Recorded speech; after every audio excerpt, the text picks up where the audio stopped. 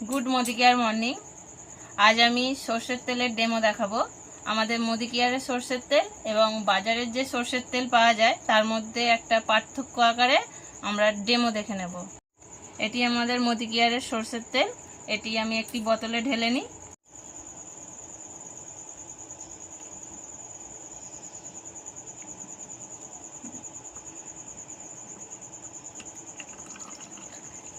এটি আমাদের বাজারের সর্ষের তেল, সবাই চেনেন বা জানেন। এবার এই দুটি সর্ষের তেলই ফ্রিজে ঢুকিয়ে রাখবো। দুটো তেলই আজকে সারা রাতের জন্য ডিপ ফ্রিজে থাক, কাল সকালে দেখা যাবে দুটি তেল কেমন আছে।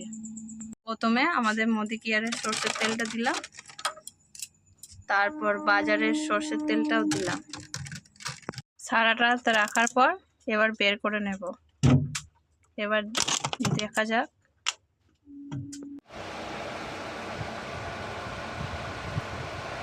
এটি আমাদের বাজারের সর্ষের তেল, সারা রাত ফ্রিজে রাখার পর ঢেলে দেখছি কেমন হয়েছে।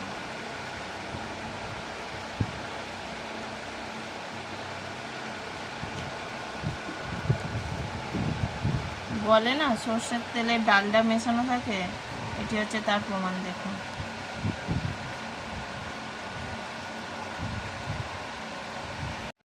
এটি আমাদের মোদি কেয়ারের তেল, সারা রাত ফ্রিজে রেখেছিলাম। এবার এটা ঢেলে দেখে নিই এতে ডালডা মেশানো আছে কি। এতে প্রাকৃতিকভাবে কিছু ওমেগা 3, ওমেগা 6 ফ্যাটি অ্যাসিড থাকে, যা সুষম খাদ্যের অংশ হিসেবে উপকারী। এতে ভিটামিন ই এবং কিছু প্রাকৃতিকভাবে অ্যান্টিঅক্সিডেন্টও থাকে।